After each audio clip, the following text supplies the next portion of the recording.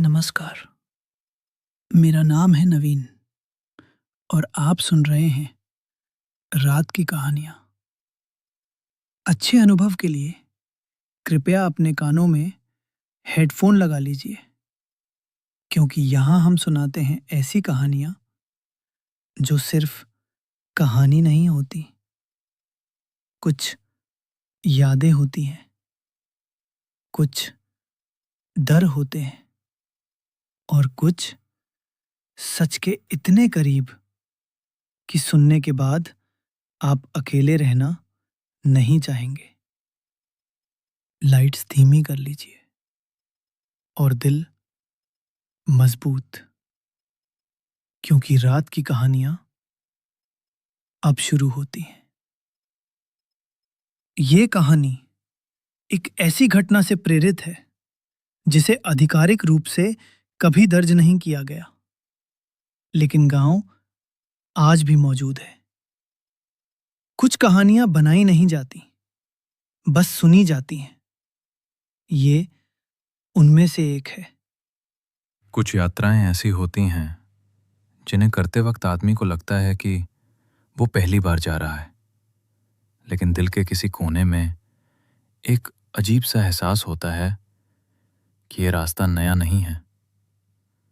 वो आदमी अपने गांव जा रहा था, या शायद किसी ऐसी जगह जा रहा था जहां वो कभी गया ही नहीं था, क्योंकि उसके पास उस गांव की कोई साफ याद नहीं थी। ना कोई चेहरा, ना कोई घर, ना कोई बचपन। फिर भी जैसे जैसे वो रास्ते के करीब पहुंचता गया, उसे लगने लगा कि यह सफर पहले भी हो चुका है।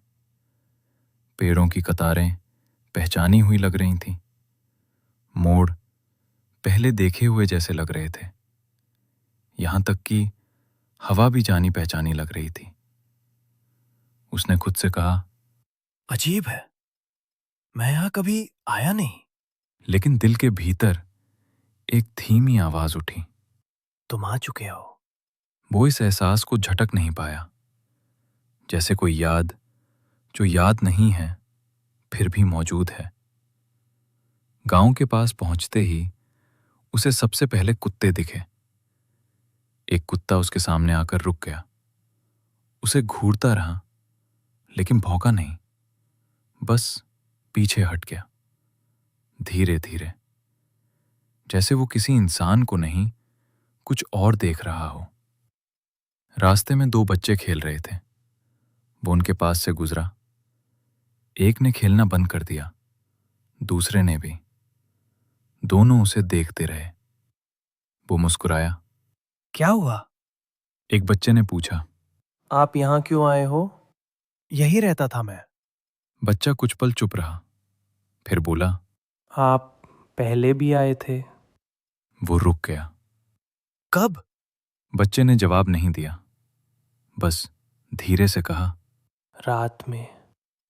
गांव वैसा ही था, फिर भी कुछ अलग था, जैसे लोग उसे देख नहीं रहे थे। वो सीधे दुकान पर गया, पुरानी किराने की दुकान, जहां उसे लगा शायद कोई पहचान ले। रामू काका। दुकानदार ने ऊपर देखा। जी। वो मुस्कुराया। मैं वापस आया हूं। कहां से? शहर से। मैं यहीं का हूं। रामू काका ने उसे ध्यान से देखा, फिर धीरे से कहा, पहली बार देख रहा हूं। वो हंसने की कोशिश करता है। मजाक मत करो। रामू काका ने सिर हिलाया। मैं मजाक नहीं करता। दुकान में खड़े एक आदमी ने पूछा, कौन है? रामू काका बोले, कहता है यहीं का है। वो बाहर निकल आया। अब वो मंदिर गया। पुजारी आरती कर रहा था। वो पास खड़ा हो गया। पंडित जी। पुजारी मुड़े और उसे देखते ही कुछ पल चुप रहे। पहचाना? पुजारी ने बहुत देर तक देखा, फिर बोले, नहीं। वो कुछ बोलने ही वाला था कि पुजारी अचानक बोले, तुम पहले भी आए थे। वो चौंका। मैं अभी आया हूं। पुजारी ने सिर हिलाया। नहीं, पहले भी आए थे, रात में। अब उसे बेचैनी होने लगी। वो स्कूल गया, रजिस्टर में नाम ढूंढा, नहीं मिला। पंचायत गया, परिवार का नाम मिला, लेकिन बेटे का नाम अलग था, जैसे वो कभी था ही नहीं। रात तक कोई उसे पहचान नहीं पाया। आखिर वो उस घर के सामने खड़ा था, जिसे देखकर उसके दिल ने कहा, ये तुम्हारा है, लेकिन दिमाग कह रहा था, तुम्हें याद नहीं। अंदर रोशनी थी, जबकि कोई होना नहीं चाहिए था। वो दरवाजे के पास गया। अंदर कदमों की आवाज थी, धीमी, घसीटती हुई। वो अंदर गया।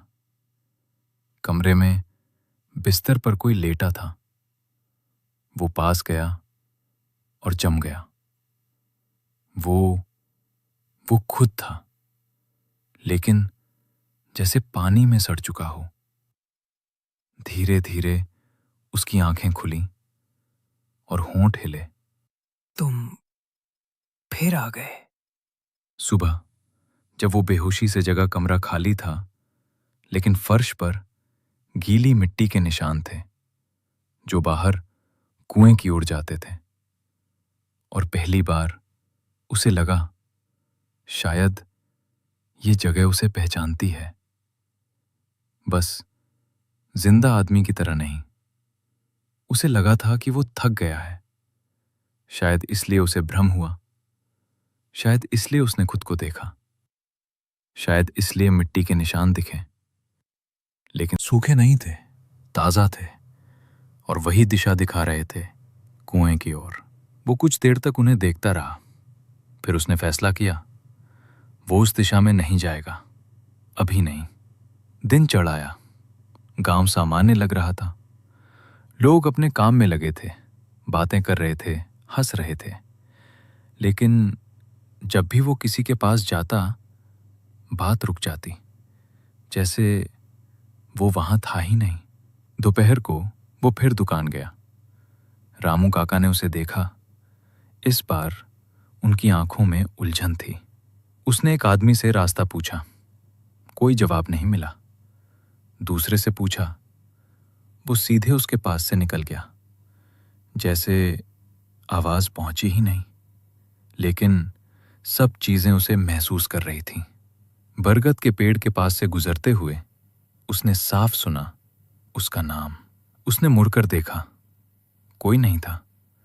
पेड़ स्थिर था, फिर भी पत्तियां हिल रही थीं, बिना हवा के। तुम कल भी आए थे? वो चौंका। हाँ, कल ही तो आया हूं। रामू काका ने सिर हिलाया। नहीं, तुम परसों भी आए थे, और उससे पहले भी। वो चुप रह गया। हर बार यही कहते हो रामू काका बुदबुदाए। कि अभी आए हो। उसकी रीढ़ में ठंडक उतर गई। वो तुरंत मंदिर गया। पुजारी उसे देखकर पीछे हटे, जैसे वो पास ना आए। आपने कहा था मैं पहले भी आया हूं। पुजारी ने आंखें बंद कर ली, फिर बोले, तुम हर बार यही पूछते हो, और हर बार तुम्हें कुछ याद नहीं रहता। अब डर धीरे धीरे भीतर बैठने लगा।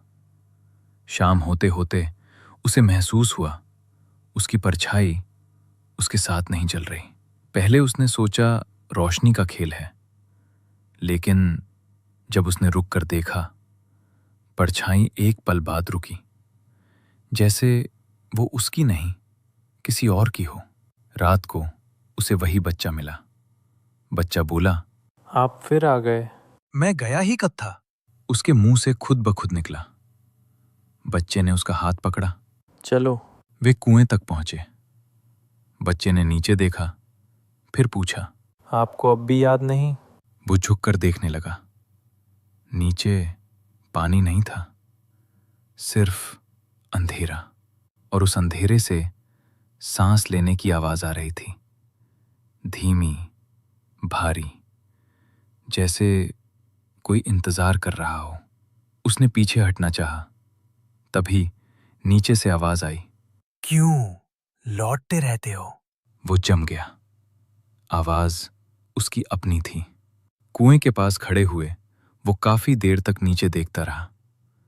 अंधेरा स्थिर था, लेकिन सांस लेने की आवाज अभी भी आ रही थी, धीमी, गहरी, जैसे कोई बहुत समय से बंद जगह में हो। वो पीछे हट गया।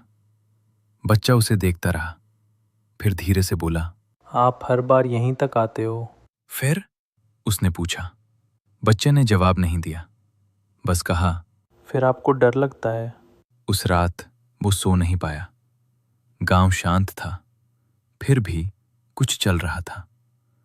दूर कहीं कदमों की आवाज आती रही, धीमी, घसीटती हुई, जैसी उसने अपने घर में सुनी थी। सुबह होते ही उसे महसूस हुआ गांव बदल गया है। सब कुछ वही था, लेकिन कुछ दोहराया जा रहा था। एक औरत बार बार एक ही रास्ते से गुजर रही थी। एक आदमी 3 बार वही बाल्टी लेकर कुएं तक गया, हर बार जैसे पहली बार जा रहा हो। उसे लगा शायद उसका भ्रम है, लेकिन दोपहर तक उसे समझ आने लगा ये दोहराव सिर्फ लोगों में नहीं था। घंटी हर घंटे एक ही समय पर बजती, चिड़ियां एक ही दिशा में उड़ती, और हवा हर बार उसी जगह ठंडी हो जाती जहां वो खड़ा होता। वो फिर दुकान गया। रामू काका ने उसे देखा। इस बार उनके चेहरे पर थकान थी। तुम्हें यहाँ नहीं होना चाहिए। क्यों? पुजारी ने जवाब नहीं दिया, बस कहा, तुम हर बार लौटते हो। कहाँ से? वहीं से। और उनकी नजर कुएं की ओर चली गई। अब उसे लगने लगा गांव सिर्फ जगह नहीं है, वो देख रहा है, सुन रहा है। शाम होते होते दीवारों पर नमी बढ़ने लगी, जमीन ठंडी होने लगी। उसे लगा जैसे मिट्टी के नीचे कुछ हिल रहा हो। रात आई। वो फिर उसी रास्ते पर चल पड़ा, बिना सोचे, जैसे कोई खींच रहा हो। बरगद के पेड़ के पास से गुजरते हुए उसने फिर अपना नाम सुना, इस बार स्पष्ट। मत जाओ। वो रुका नहीं, कुएं तक पहुंच गया। आज सांस की आवाज और साफ थी, जैसे कोई ऊपर आने की कोशिश कर रहा हो। वो झुका। अंधेरे में उसे कुछ हिलता हुआ दिखा। फिर नीचे से आवाज आई, तुम गए ही कब थे? और इस बार आवाज सिर्फ उसकी नहीं थी, कई आवाजें थीं। जो बाहर आया वो कौन था?